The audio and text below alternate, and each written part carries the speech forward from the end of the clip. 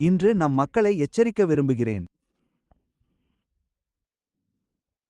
3 தூதர்களின் செய்திகளை நமது காலத்தின் சமூக நீதி பிரச்சனைகள் போன்ற பிற விஷயங்களுக்கு திருப்ப முயலும் குரல்களுக்கு செவிசாய்க்காதீர்கள். அந்த குரல்களுக்கு செவிசாய்க்காதீர்கள். நமக்கு மிக தெளிவான கட்டளைகள் உள்ளன.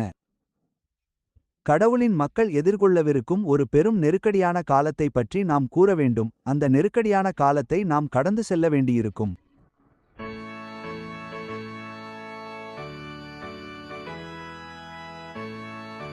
அட்வென்டிஸ்ட் குளோபல் நியூஸிற்கு உங்களை வரவேற்கிறோம். தாங்கள் உண்மையை அறிந்திருப்பதால் மட்டுமே தாங்கள் ஆன்மீக ரீதியாக தயாராக இருப்பதாக பலர் நம்புகிறார்கள். ஆனால் அறிவு மட்டும் போதுமானதாக இல்லாவிட்டால் என்ன செய்வது? அடுத்து, பல கிறிஸ்தவர்கள் தங்கள் ஆன்மீக பகுத்தறிவை மெதுவாக பலவீனப்படுத்தும் தாக்கங்களுக்கு பழகி வருகிறார்கள் என்று வால்டர் வீட் எச்சரிக்கிறார்.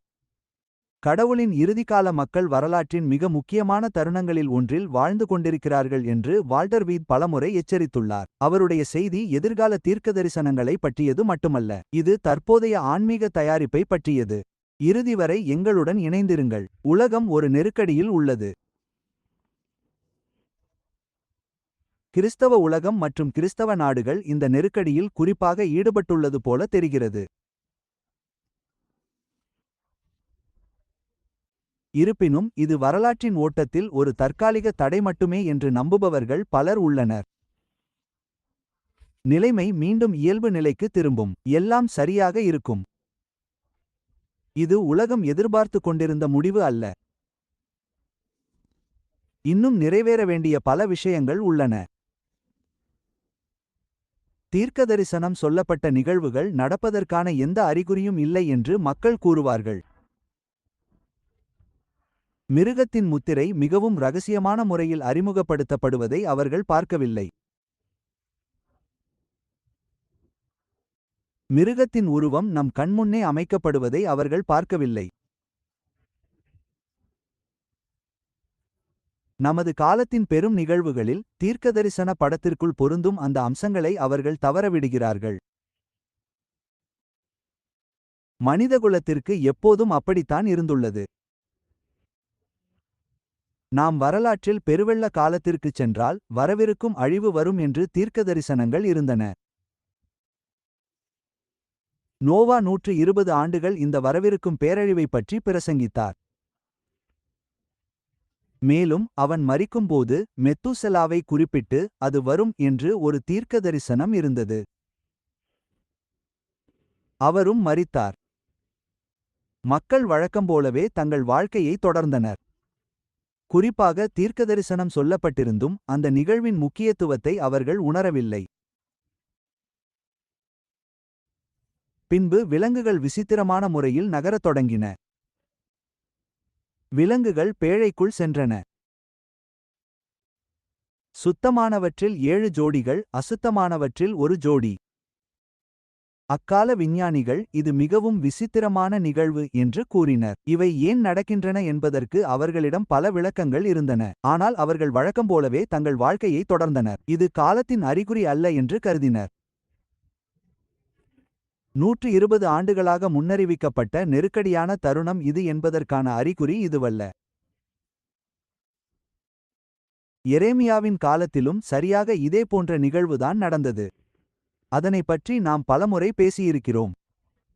எரேமியா தீர்க்கதரிசனம் உரைத்தபோது இது நடக்கப் போவதில்லை என்று அவர்கள் அனைவரும் வாதிட்டனர். எப்படியும் அவர்கள் கடவுளின் மக்கள், எனவே கடவுள் தலையிடுவார் என்று கருதினர். இவை நடப்பதை அவர் தடுத்து நிறுத்துவார் என்று நம்பினர்.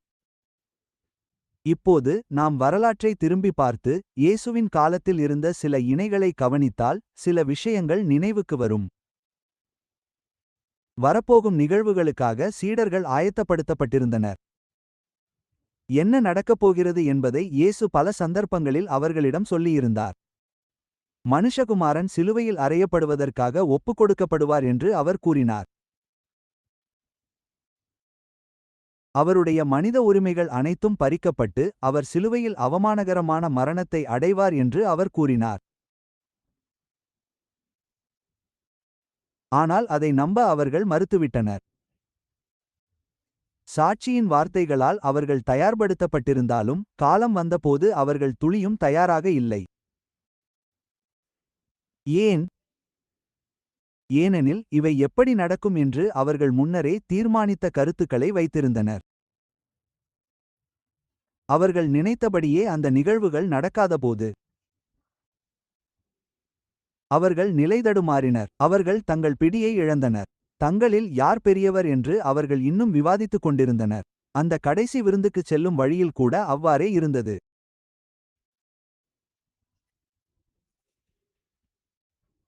அந்த கடைசி விருந்தில் 3½ ஆண்டுகள் தன்னுடன் இருந்த சீடர்களே தன்னை மறுதலிப்பார்கள் என்று இயேசு மீண்டும் முன்னறிவித்தார்.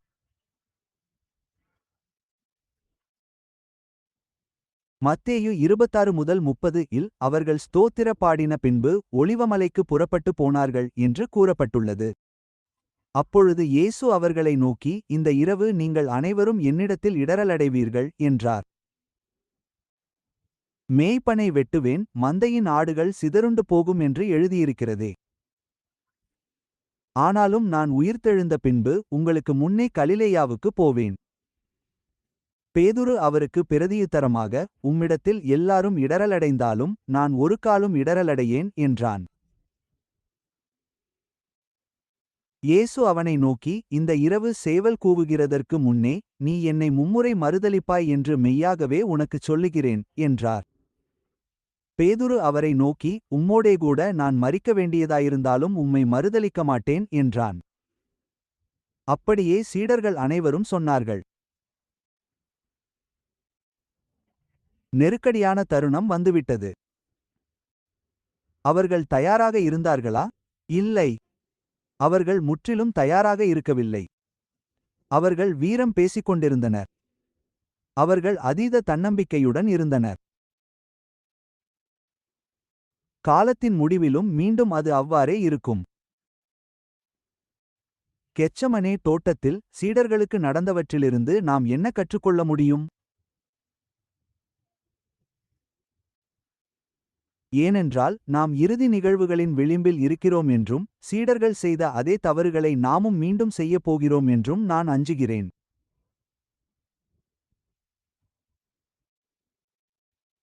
மத்தேயு அதிகாரம் 26:36 அப்பொழுது இயேசு அவர்களுடனே கூட கெச்சமனே என்னுமிடத்திற்கு வந்து சீடர்களை நோக்கி, நான் அங்கே போய் ஜெபம் பண்ணுமளவும் நீங்கள் இங்கே உட்கார்ந்திருங்கள் என்றார்.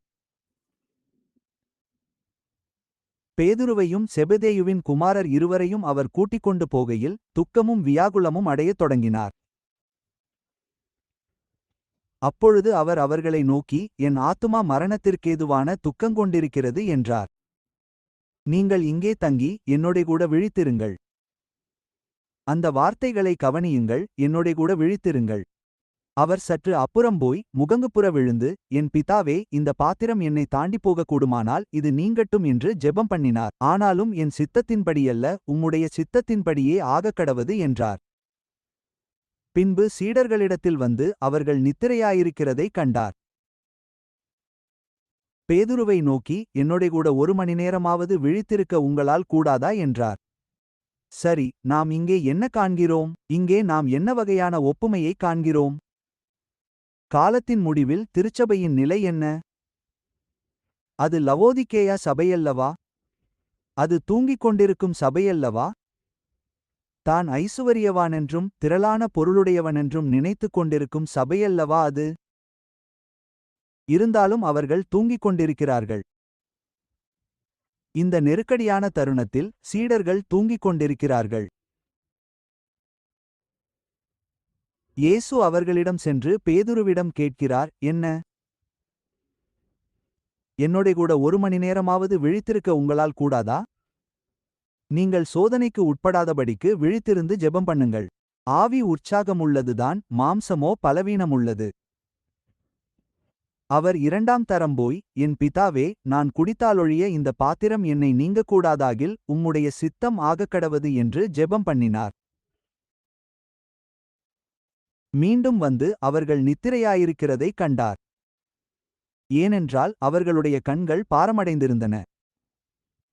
அவர் அவர்களை விட்டு மறுபடியும் போய் அந்த 3ஆந்தரமும் அந்த வார்த்தைகளையே சொல்லி ஜெபம் பண்ணினார். பின்பு அவர் தம்முடைய சீடர்களிடத்தில் வந்து, இனிமேலும் நித்திரை பண்ணி இளைப்பாருங்கள் என்றார்.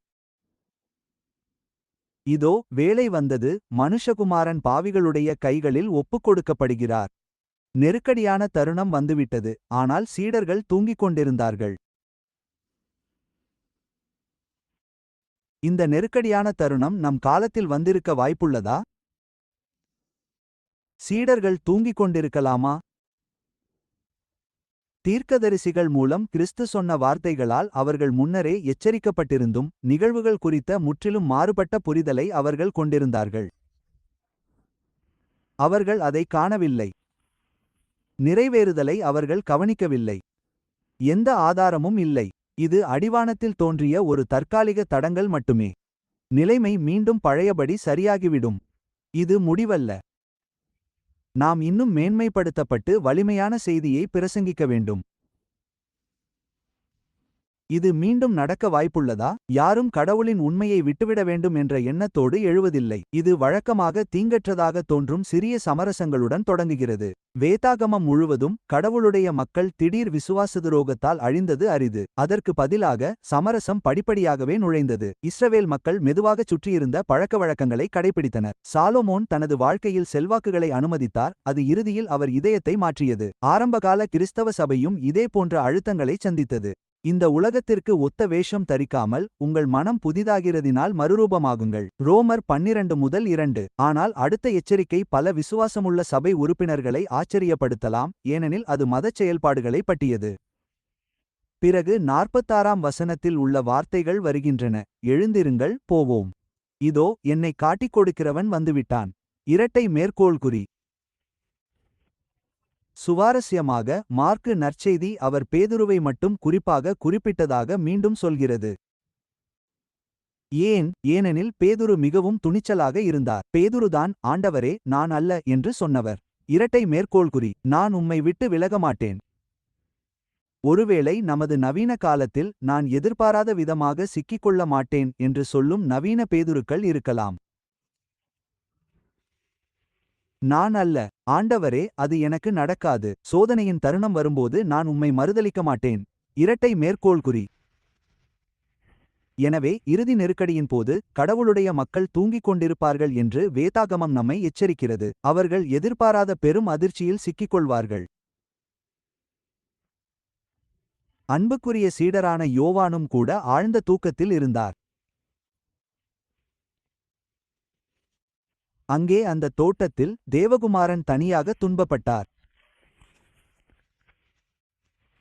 மார்க்கு மதியம் 2:43 இல் நாம் வாசிக்கிறோம், அவர் பேசிக்கொண்டிருக்கையிலே 12 ஒருவனாகிய யூதாஸ் வந்து சேர்ந்தான். அவனுடனே கூட பிரதான ஆசாரியர்களிடத்திலிருந்தும் வேதபாரகரிடத்திலிருந்தும் மூப்பரிடத்திலிருந்தும் பட்டயங்களையும் தடிகளையும் பிடித்த ஒரு பெரிய கூட்டமும் வந்தது. அவரைக் காட்டிக் கொடுத்தவன், நான் எவனை முத்தஞ்செய்வேனோ அவன்தான், அவனை பிடித்து பத்திரமாய் கொண்டு போங்கள் என்று அவர்களுக்கு அடையாளம் சொல்லியிருந்தான்.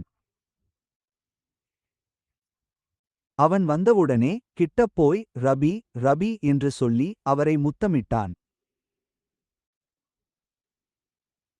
இயேசு அவனை சிநேகிதனே என்று அழைத்ததாக மத்தேயு 26-50 கூறுவது சுவாரஸ்யமானது. சிநேகிதனே, என்ன காரியத்துக்காக வந்தாய்? அது ஆச்சரியமாக இல்லையா? லூக்கா 22:48 வசனத்தில் இந்த வார்த்தைகளைச் சேர்க்கிறார்.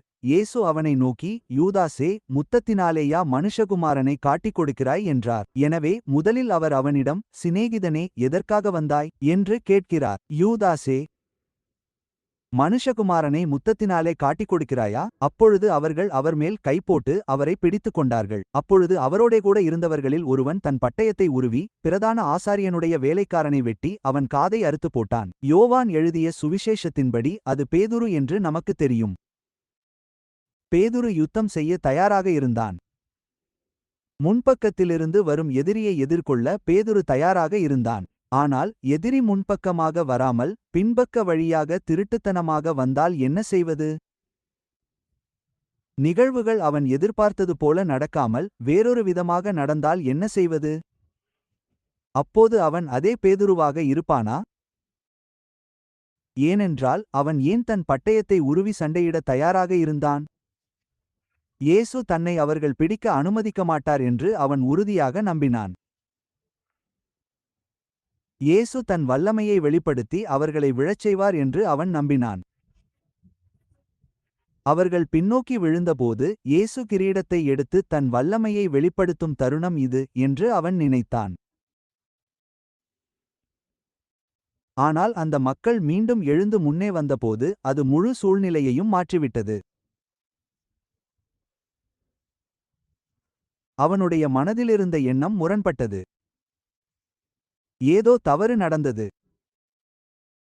நாம் இன்று நல்லவர்களுக்கு நிச்சயமாக தீமை நேரிடாது என்று கூறுகிறோம். அப்படி நடக்கும்போது கடவுள் மீதுள்ள நம்பிக்கையை இழக்கிறோம். நம்மில் சிலர் கடவுள் பார்த்துக் கொள்வார் என்று சொல்லுவார்கள். உன் பக்கத்தில் 1000 பேரும் உன் வலது பக்கம் 10,000 பேரும் விழுந்தாலும் அது உன்னை அணுகாது. அந்த வாக்குறுதி சோதனை காலம் முடிந்த பிறகு வரும் வாதைகளுக்கானது. அந்த வாக்குறுதி சோதனை காலம் முடிவதற்கு முந்தைய காலத்திற்கானதல்ல. ஆம், கடவுள் தம் மக்களை பாதுகாப்பார். ஆம், கடவுளால் தம் மக்களை பாதுகாக்க முடியும். ஆனால் தம் உண்மையை மேன்மையாக்க சில விஷயங்களை அவர் அனுமதிக்கவும் செய்வார். கடவுளுடைய முன்னறிவிலும் தொலைநோக்கிலும் நாம் உயிரை இழந்தாலும் அது ஒரு நிமிடம், ஒரு இமைப்பொழுதுதான். நிச்சயமாக அவர் தன்னை அவர்கள் பிடிக்க விடமாட்டார். நிச்சயமாக இறுதிக்கால நிகழ்வுகள் பின்வாசல் வழியாக வரும், ஆனால் அவை நம் எதிர்பார்ப்புகளுக்கு ஏற்பவே அமையும். அவர்கள் நேசித்தவரை பிணைக்க கயிறுகளை கொண்டு வந்ததைக் கண்டு அவர்கள் ஏமாற்றமும் கோபமும் அடைந்தார்கள்.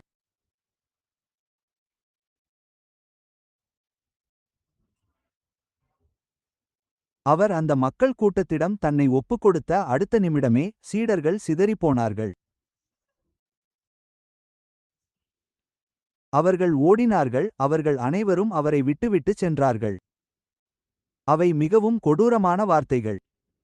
அவற்றை நம் காலத்திற்கு பொருத்தினால் அதே போன்ற காரியங்கள் நடப்பதற்கான வாய்ப்பு உள்ளதா? எல்லாரும் அவரை விட்டுவிட்டு ஓடிப்போனார்கள். பிறகு அவர்கள் சுதாரித்துக் கொண்டபோது பேதுருவும் யோவானும் தூரத்தில் பின்தொடர்ந்தார்கள். இது மிகவும் சுவாரஸ்யமான கதை, ஏனென்றால் நாம் வாழும் காலத்திற்கும் இது பொருந்தும் என்று நான் நினைக்கிறேன். பேதுருவும் யோவானும் தூரத்தில் பின்தொடர்கிறார்கள். அவர்கள் விசாரணை நடக்கும் இடத்திற்கு வந்ததும் யோவான் கதவை தட்டுகிறான், அவனுக்காக கதவு திறக்கப்படுகிறது. அவர்கள் அவனை அடையாளம் கண்டுகொள்கிறார்கள். ஆசாரியர்கள் அவனை இயேசுவின் சீடன் என்று அடையாளம் காண்கிறார்கள். அவன் யார் என்பது அவர்களுக்கு தெரிந்திருந்தது. மேலும் அவன் இயேசுவின் சீடன் என்பதும் அவர்களுக்கு தெரியும். ஆனால் இந்த இளைஞனை உள்ளே அனுமதித்தால் நினைவில் கொள்ளுங்கள், அவன் ஒரு இளைஞன் மட்டுமே. இந்த இளைஞனை அனுமதித்தால் தன்னைத்தானே மேசியா என்று சொல்லிக்கொள்பவன் எப்படி விசாரிக்கப்படுகிறான் என்பதை பார்த்து அவன் தன் மனதை மாற்றிக்கொள்ளலாம். அப்போது அவன் ஒரு மோசடிக்காரன் என்பதை புரிந்து கொள்வான் என்று அவர்கள் நினைத்தார்கள். எனவே ஆசாரியன், நீ உள்ளே வரலாம் என்கிறான். அவன், என் நண்பன் பேதுருவும் உள்ளே வரலாமா என்று கேட்கிறான். அவர்களும் பேதுருவை உள்ளே அனுமதிக்கிறார்கள். இப்போது பேதுருவுக்கும் யோவானுக்கும் நடந்தவற்றுக்கும் இடையே என்ன வித்தியாசம்? யோவான் உள்ளே வந்தான், அவன் யார் என்று அவர்களுக்கு தெரியும், அவன் வேறு யாரோ போல நடிக்கவில்லை. அவன் அங்கிருந்த ஒரு ஒதுக்குப்புறமான இடத்தை தேர்ந்தெடுத்து அங்கிருந்து நிகழ்வுகளை கவனித்தான். ஆனால் அவன் இயேசு கிறிஸ்துவின் சீடரைத் தவிர வேறெதுவும் போல நடிக்கவில்லை. ஆனால் பேதுரு வேறு பாதையை தேர்ந்தெடுத்தான்.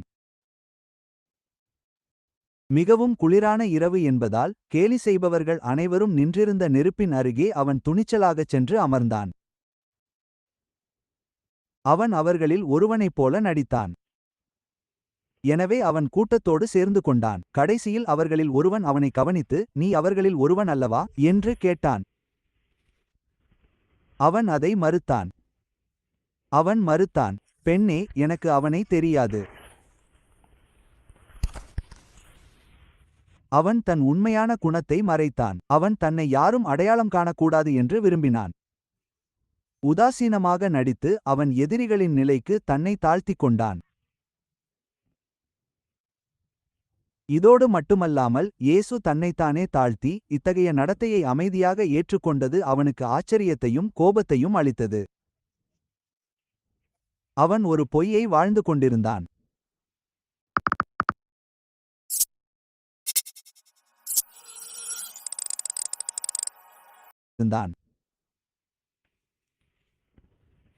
மீண்டும் அவன் அவர்களில் ஒருவன் என்று குற்றம் சாட்டப்பட்டபோது அவன் சபித்து மறுத்தான்.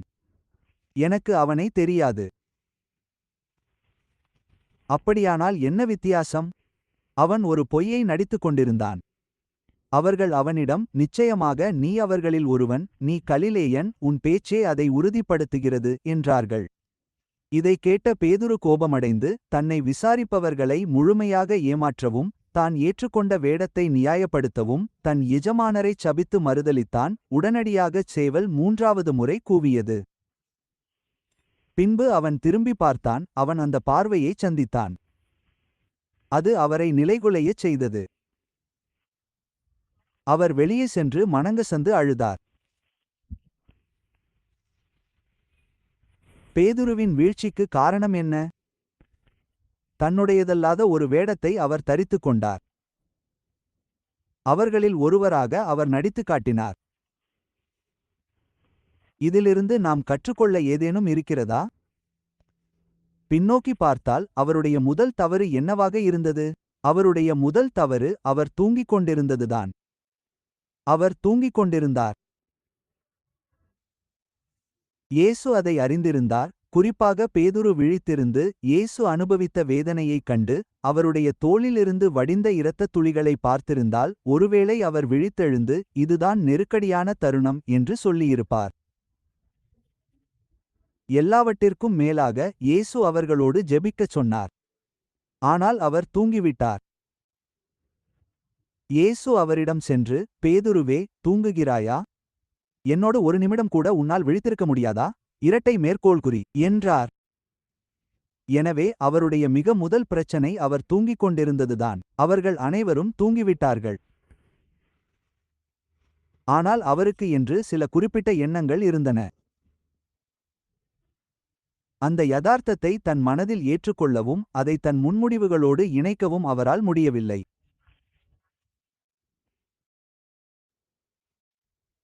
பிறகு அவர் வேறொருவராக வேடமிட்டார். இப்போது நாமும் அதே காரியத்தைச் செய்யவில்லையா? மற்ற எல்லா சபைகளைப் போலவே நாமும் நடித்துக் கொண்டிருக்கவில்லையா? நாங்கள் மற்றொரு சுவிசேஷ பிரிவினராக மட்டும் இருக்கிறோமா?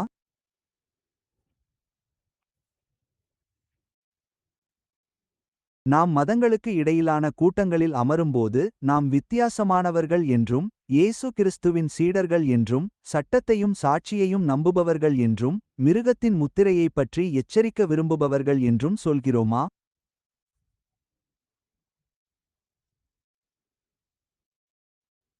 அல்லது மற்றவர்களைப் போலவே இருக்க அந்த தருணத்திற்காக நடித்துக் கொண்டிருக்கிறோமா? யோவான் ஒரு பக்கம் அமர்ந்திருந்தார். அவர் தன்னை தயார்படுத்திக் கொள்ளவோ அல்லது வேறொருவராக வேடமிடவோ இல்லை. நாமும் அதையே செய்ய வேண்டும்.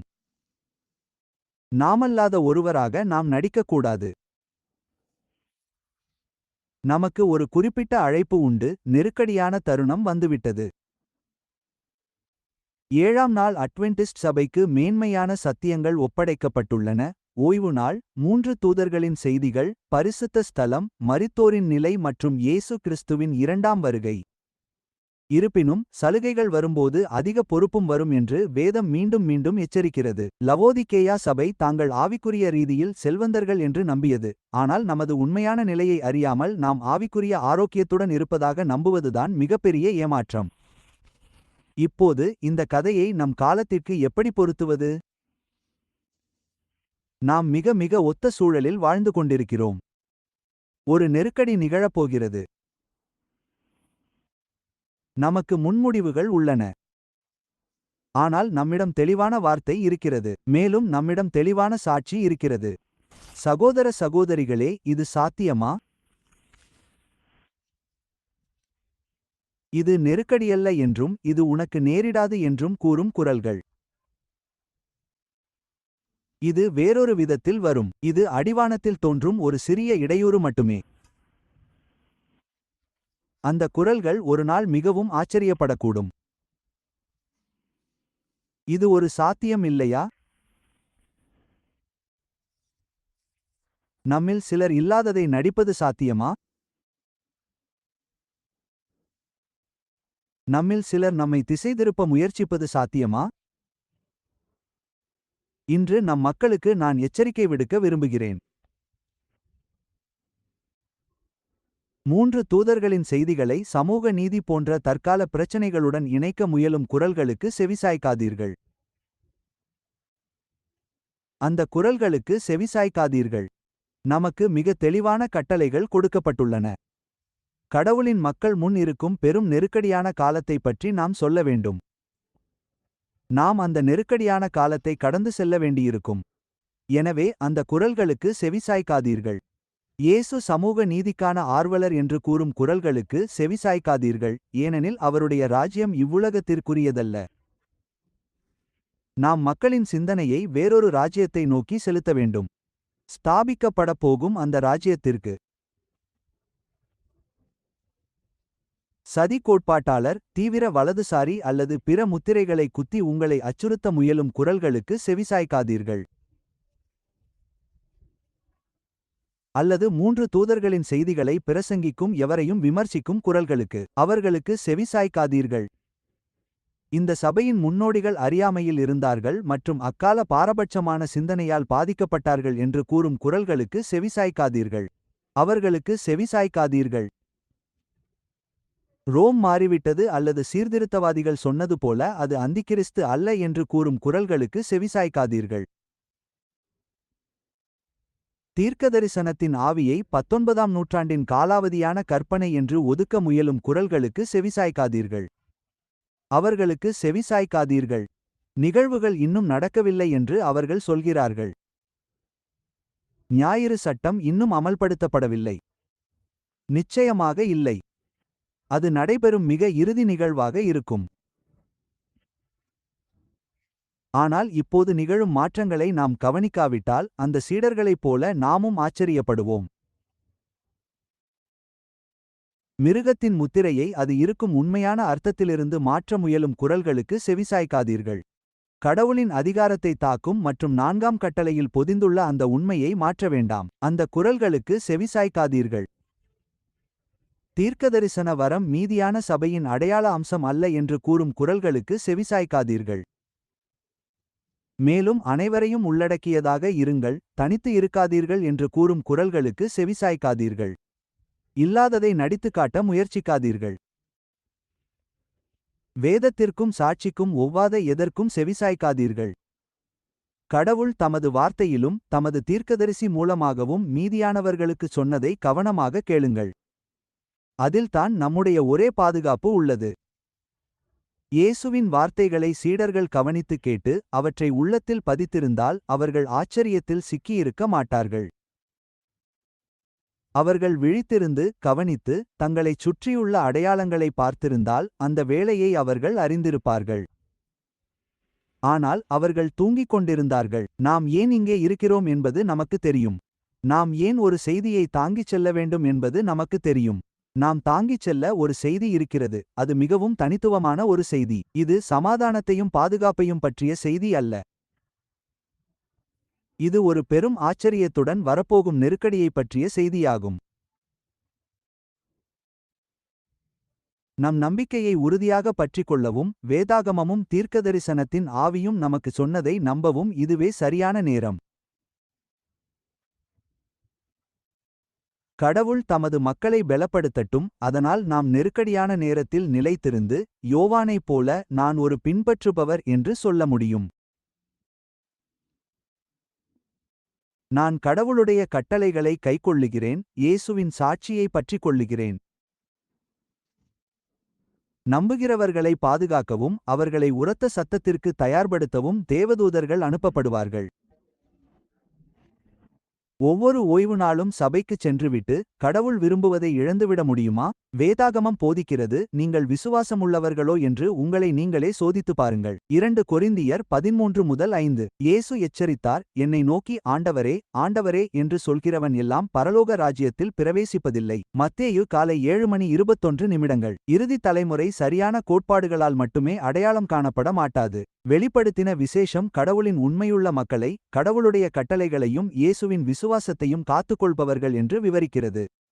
உண்மையும் விசுவாசமும் எப்போதும் ஒன்றாக இருக்க வேண்டும், ஏனெனில் இறுதிச் சோதனை வரும்போது கிறிஸ்துவுடன் உறவை ஏற்படுத்திக் கொள்ள மிக தாமதமாகிவிடும். கடவுளுக்கு கீழ்ப்படிவதற்கும் உலக அதிகாரங்களுக்கு கட்டுப்படுவதற்கும் இடையே தேர்வு செய்ய கடவுளுடைய மக்கள் அதிகரிக்கும் அழுத்தத்தை எதிர்கொள்வார்கள் என்று வேதாகம தீர்க்கதரிசனம் வெளிப்படுத்துகிறது. தயாராகுதல் நெருக்கடியின் போது தொடங்காது. தயாராகுதல் இன்றே தொடங்குகிறது. இந்த செய்தி உங்களை சவாலுக்கு உட்படுத்தியிருந்தால் அல்லது ஊக்குவித்திருந்தால் தயவுசெய்து லைக் செய்யவும், சப்ஸ்கிரைப் செய்யவும், மற்றொரு விசுவாசியுடன் பகிரவும். கடவுள் உங்களை ஆசீர்வதி